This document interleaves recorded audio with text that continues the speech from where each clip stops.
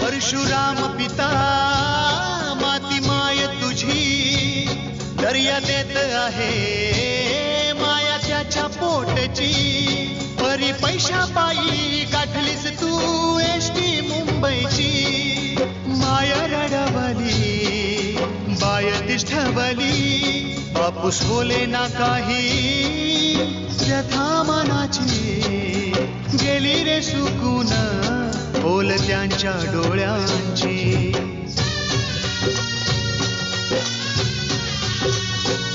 नांदी बदलाची साध कोकणची भरतू दे तुझी पाऊले पुन्हा बरकतीची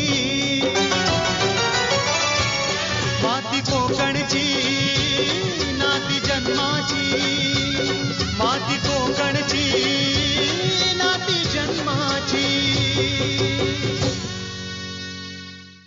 सावंत, तुम्हाला लाज नाही वाटतो? एका सभ्य स्त्रीशी हे असं सगळं बोलता ना? लाज?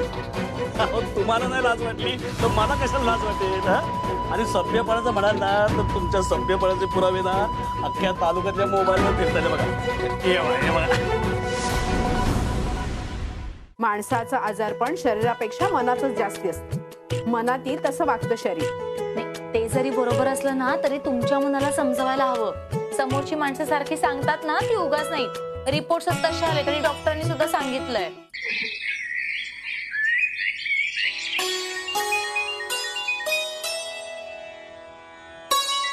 ताई, ताई, सुरेश गावजींचा फोन आहे. आले आले.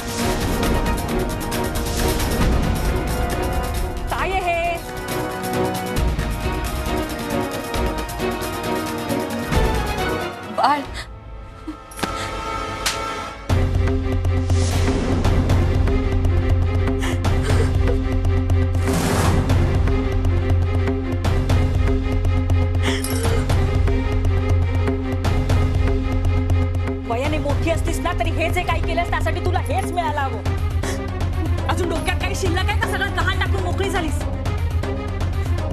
तुला कळतंय का तू काय करतेस? हे स्वतःच्या आयुष्याची माती करतेस. माती. निव्वळ मूर्खपण आहे. असा विचारच कसा करू शकतेस तू? डोक्यावर परिणाम झाला का तुझ्या? हेच आहे आयुष्यभर तुझ्या नशिबात रडत राहणं. कारण तू कामच अशी करतेस ना. हे सगळं कुणासाठी आहे? बोल ना आता, काय आहे? कुणासाठी आहे सगळं? आईंसाठी. एवढं सगळं होऊन सुद्धा अगं हे नाटक आता किती महागात पडणार आहे याचा विचार तरी केलास का तू? मम्मी अजून काय करायला हवं होतं सांग ना. आईंना मानसिक धक्का बसला होता. हे इकडे यायला तयार नव्हते आणि त्यांची तब्येत सुधारण्यासाठी त्यांच्या मनासारखंच व्हायला हवं होतं. आणि त्यांच्या मनात काय होतं तुला चांगलं माहिती. मला दुसरं काहीच सुचलं नाही. फक्त त्यांची तब्येत बरी व्हायला पाहिजे एवढंच माझ्या डोक्यात होतं. हो, पण मग त्यासाठी स्वतःच काही झालं तरी चालेल, हो ना? अगं ताई, माणसं स्वतःच्या स्वार्थासाठी इतरांना किती त्रास देतात बघितलंय मी. आणि तू आहेस की इतरांसाठी आपलं आयुष्य पणाला लावतेस. त्या इतर नाहीयेत. सासू आहे ती माझी. मला माझ्या आईसारखी आहे ती. तिने तुझं सून म्हणून छळ केला तरीही. आणि आता हे सगळं कळल्यानंतर त्यांना तुझा अभिमान वाटेल, तुझं कौतुक करतील असं वाटतंय का? अगं, कसला आणि काय विचार करून हा निर्णय घेतलास तू? एक सासू आहे जी स्वतःच्या मनासारखं करायला धडपडतेय, एक नवरा आहे ज्याला तुझी काही पडलेली नाहीये, आणि ह्या दोघांसाठी तू स्वतःचं आयुष्य पणाला लावतेस ताई. नवे नवे डावपेच रचतेस.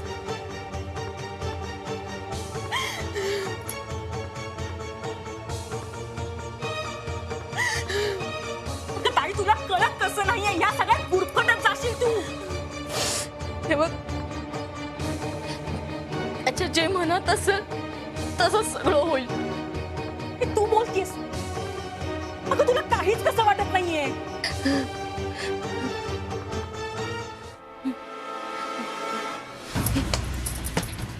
नीता, ऐक ना, इथे नको ना काही बोलूस. आतल्या खोलीत चल ना, आपण तिकडे जाऊन बोलूया. कोणीतरी पटकन इथे आलं तर माझा सगळा खेळ बिघडेल. ऐक ना, आतल्या खोलीत चल ना. तो तसाही बिघडणारच.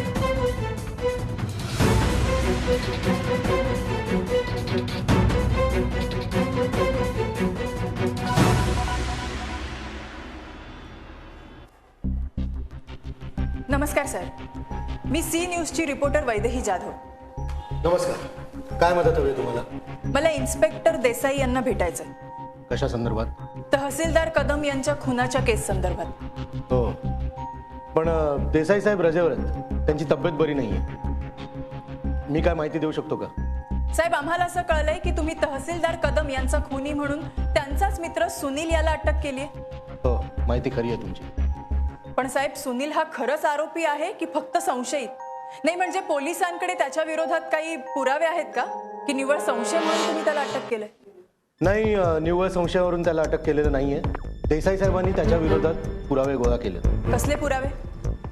तहसीलदार कदम यांच्या पत्नी आणि संशयित आरोपी सुनील यांचे काही फोटोज त्यांच्या हातात लागले, आणि इतरही काही पुरावे आहेत जे पूर्णपणे संशयित आरोपी सुनील याच्या विरोधात आहेत. पण सर, फक्त फोटो? हे बघा मॅडम, ही केस देसाई साहेबांच्या हातात आहे, पण दुर्दैवाने ते आज रजेवर आहेत. तुम्ही त्यांना नंतर भेटा आणि त्यांच्याकडून सगळे डिटेल्स घ्या. यावर अजून काही मदत करू शकतो का मी तुमची? मला सुनीलला भेटायचं. नाही, तशी स्टेशन इंचार्ज कडून परमिशन घेतली. ठीक आहे, तुम्ही भेटू शकता. हा, पण हा कॅमेरा तुम्ही आत घेऊन जाऊ शकत नाही. हा तुम्हाला इथेच जमा करावा लागेल. ठीक आहे, पण सुनीलला भेटू शकते? हो नाही. कदम. Yes sir. मॅडम ना आतमध्ये घेऊन जा. या मॅडम, चला.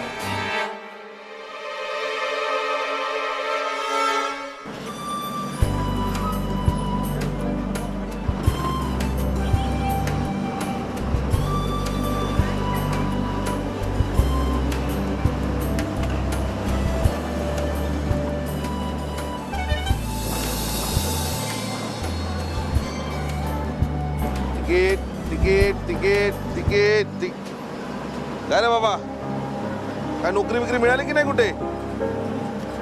काय नाराज होतोस? सरकारी नोकरीसाठीच्या परीक्षा द्यायच्या, मिळेल कुठे ना कुठे तरी. हा, असं इकडे तिकडे फिरून नाही रे मिळत नोकरी. हा, मिळेल, घाबरू नको. काय आबा, यंदा आंबा कसा आहे? बरं, काय चांगला, एकदम बरा. सगळ्यांनी लवकर घेतला ना यंदा आंबा. विदेशात पाठवायचं आहे, चांगले पैसे मिळतात. तुम्ही पण पाठवा, पुन्हा ही किंमत मिळणार नाही. हा, तिकीट तिकीट तिकीट. बोला. काय सुट्टे पैसे नाही का आणायचे? सुट्टे पैसे नाही आहेत. नाही तर आम्ही पहिल्या खेपेला कुठून आणायचो सुट्टे पैसे? घरातून निघताना बघता येत नाही तिच्यात सुट्टे पैसे आहेत की नाही ते? बरं, आता खाली उतरल्यानंतर घ्या. हा, तिकीट घ्या तो. ठीक आहे. Ticket ticket.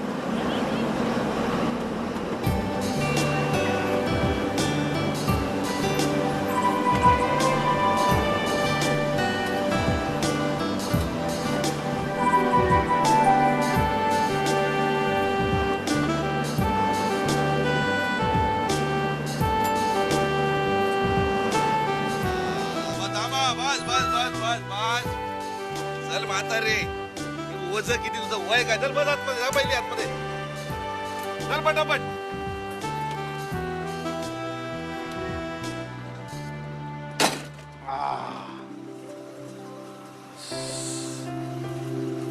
जाऊ दे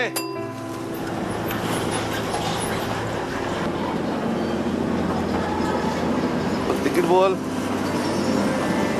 दे 20 रुपये दे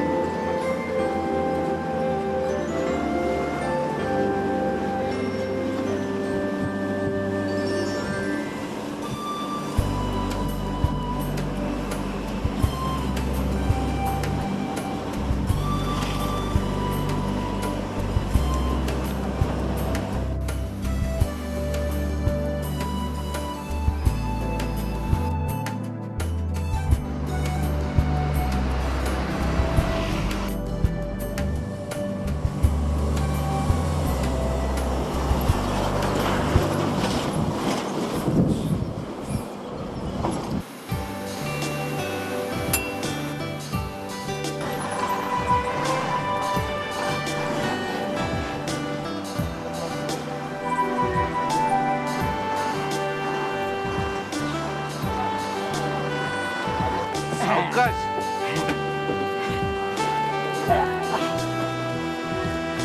जाऊ दे भगवान तू नेहमीच जास्तीचं सामान आणतोस हा? आणि लगेच पण काढत नाहीस एकदा 2 सीट लागतात तुला बसायला लगेच लगेच घ्यायच असतं काय मास्तरांनो हा आणि एसटी आपलीच असा ना नाही नाही एसटी आपलीच असा पण आम्हाला वर उत्तर द्यावी लागतात त्यात काय लिहून ठेवा ना ठेव थोडं थोडं मी काय पळून जातोय मी काय पळून जातोय हे काय दुकान आहे काय तुझं उधारी ठेवायला तुला 2 तिकीट काढायला लागतील आधीच सांगून ठेवतोय पैसे दे चल हो होय हा घ्या बघून घ्या हे घे हे घे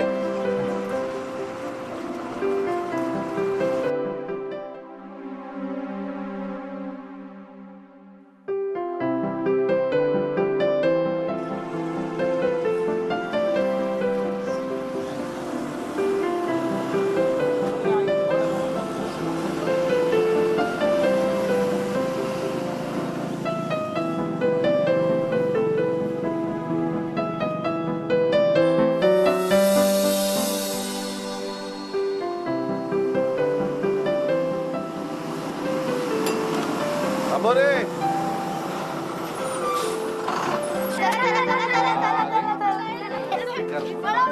सावकाश अरे सावकाश सावकाश बसून घ्या व्यवस्थित छान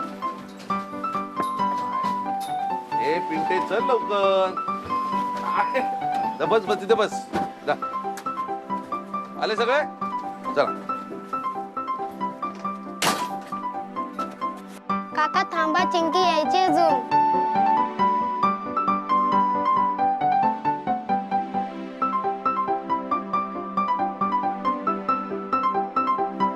काय मास्तरांनो गाडी कित्येक थांबवली ऐकलत नाही चिंगी यायची काय चिंगी यायचे तिला काय येल्यावर येवत नाही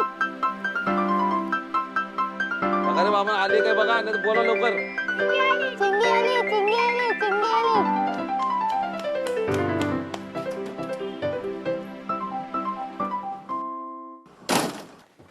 ए थांब चिंगी तुला रोज रोज का उशीर होतो का हा हे बघ ऐक माझ्याकडे बघ यापुढे गाडी थांबणार नाही तुझ्यासाठी हे बघ पॅसेंजर बघ किती बोंब करतात ते जा बस जा आले ना सगळे अरे आले ना सगळे हा जाऊ दे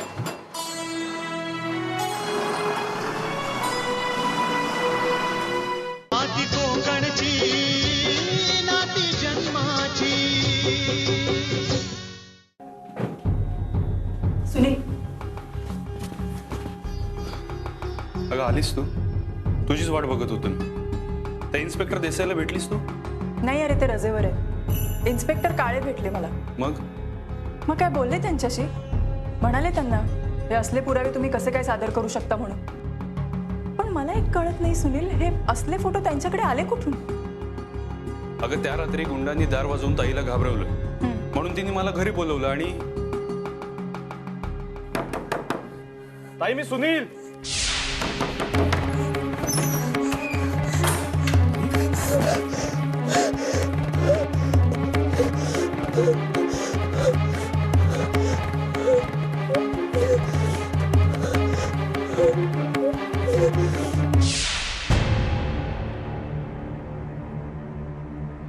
घाबरून मारलेल्या मिठीचा ते असा पुरावा करतील हे मला कुठे माहित होतं ना. अरे पण आपण जेव्हा सत्तेवर असणाऱ्या किंवा एखाद्या पदावर असणाऱ्या माणसांसोबत जेव्हा दोन हात करतो ना, तेव्हा या सगळ्या गोष्टींचा विचार करावा लागतो. मी अगदी सोपा प्लॅन करून तुला यामध्ये अडकवलं. वाईट या गोष्टीचं वाटतं की तुझ्यासारखा हुशार मुलगा यामध्ये अडक. ठीक आहे, असो. बरं इथे काही घडलं का? काही विशेष नाही ग. या पोलिसांनी जबरदस्तीने माझ्याकडून गुन्हा कबूल करून घेण्याचा प्रयत्न केला. हे बघ ना, मला मारला देखील, पण मी काय बोललो नाही आणि बोलणार देखील नाही. तू काळजी करू नकोस. हे बरं केलंस. आणि आता काळजी तू करू नकोस, कारण तुला या सगळ्यातून बाहेर काढेनच, पण या सगळ्या प्रकरणामागे नेमकं कोण आहे हे सुद्धा जनतेसमोर आणेल. हो, पण जरा जपून, कारण यामध्ये एक मोठं नाव जोडलेलं आहे आणि ते कोण आहे ते मला माहित नाही. पण त्या मारेकरी आणि त्या देसाईला ना तिकडनंच ऑर्डर आणि पैसे दिले जातात. पण आता मात्र आपल्याला त्या एकट्या मारेकऱ्याला अटक करून शांत बसता येणार नाही. यामध्ये जो कोणी आहे ना तो सुद्धा आपल्या हाती लागायला हवाय. ते जरी असलं तरी ते मारेकरीच आधी सापडायला हवेत ना. ठीक आहे, तू बाहेर आल्यावर बघू आपण त्यांचं काय करायचं. मी आधी या केसचं रिपोर्टिंग सुरू कर, म्हणजे त्या देसाईला सुद्धा कळेल ना मीडिया काय असतं ते. बरं, तू अण्णांना भेटलीस? हो. कसे आहेत ते? कसे असणार, एकटे पडल्यासारखे झाले. तुझ्याच येण्याची वाट बघताय. मला ना अण्णांची आणि ताईची खूप काळजी वाटते ग, कारण मी इकडे असताना ना त्यांना कोणी काही करता कामा नाही. बस. अरे त्यांना काही होणार नाही, तू नको काळजी करूस. आणि तसंही आता आरोपी म्हणून तुला अटक केली आहे, त्यामुळे खरे आरोपी निश्चिंतच असतील आणि त्यांचा ह्याच निश्चिंत असण्याचा आपण फायदा घ्यायचा. त्याचे पुरावे पाहिलेत मी. तुला आरोपी म्हणून सिद्ध करण्यासाठी ते पुरावे नक्कीच अपुरे पडतील. मला माहिती होतं तू इकडे आलीस ना की सगळं ठीक होईल, कारण यातून बाहेर पडण्याचा मार्ग फक्त तुला माहिती आहे. आता त्या सत्तेधारांना पण कळेल ना की या मीडियामध्ये किती ताकद असते ते. हो ना. बरं, आता निघते मी. काळजी घे स्वतःची. स्वतःला अजिबात ढासळू देऊ नकोस. अरे आता तर लढाई चालू झाली. काळजी घे. येऊ?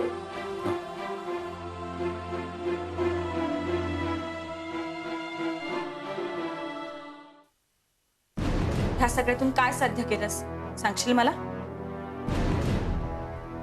सासूला वाचवलं मी, आजारपणातून बाहेर काढलं तिला मी. आणि तिच्या स्वप्नांचं काय? ताई, त्यांची स्वप्न पहिल्यापेक्षा मोठी झालीत आता. अगं तुझ्या सासूचा वेडा विश्वास आहे तुझ्यावर. तिला नातू मिळणार, तिच्या घराण्याला वारस मिळणार. येणारेच वारस तिला? नाही माहित मला. माहित नाही? अगं असं कसं बोलू शकतेस तू? नीता, अगं तेव्हा जे मला सुचलं ते मी केलं. पुढचा विषय नाही आला माझ्या डोक्यात तेव्हा. हे तू बोलतेस?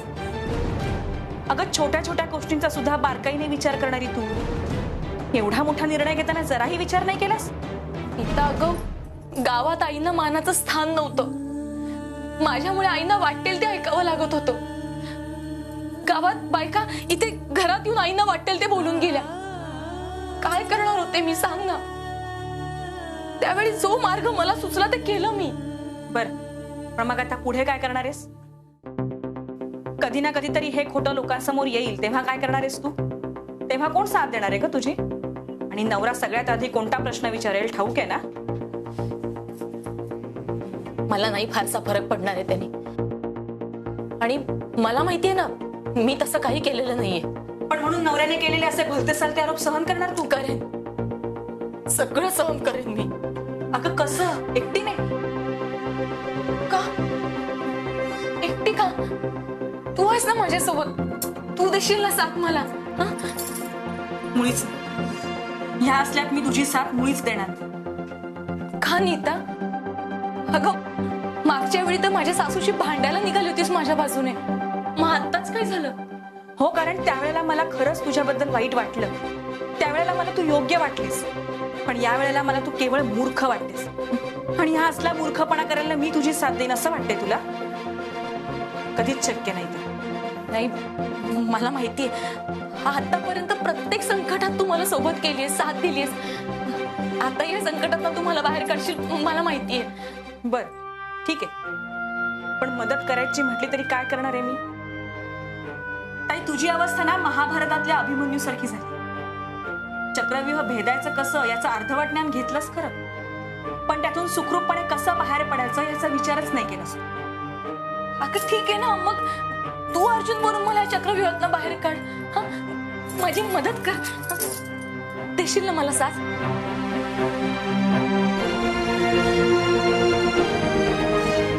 माफ करतो, पण मला नाही जमत. कविता, माती कोकणची नाती जन्माची. तू अर्जुन बोलून मला या चक्रव्यूहातनं बाहेर काढ. हा, माझी मदत कर. देशील ना मला साथ?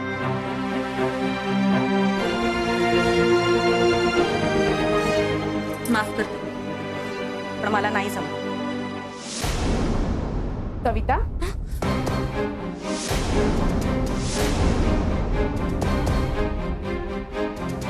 सविता, सविता,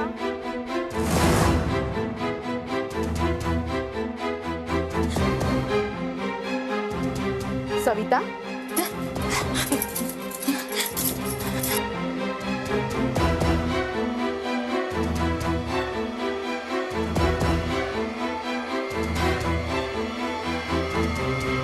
सविता,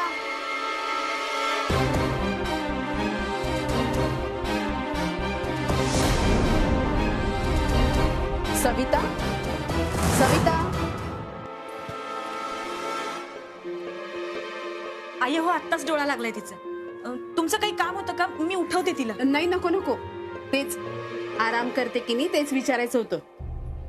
अगं, बाळ पोटात आहे तरी आराम करायचं नाव घेत नाही ही. बरं, तू येतेस माझ्या मदतीला? हो, आलेच. ये.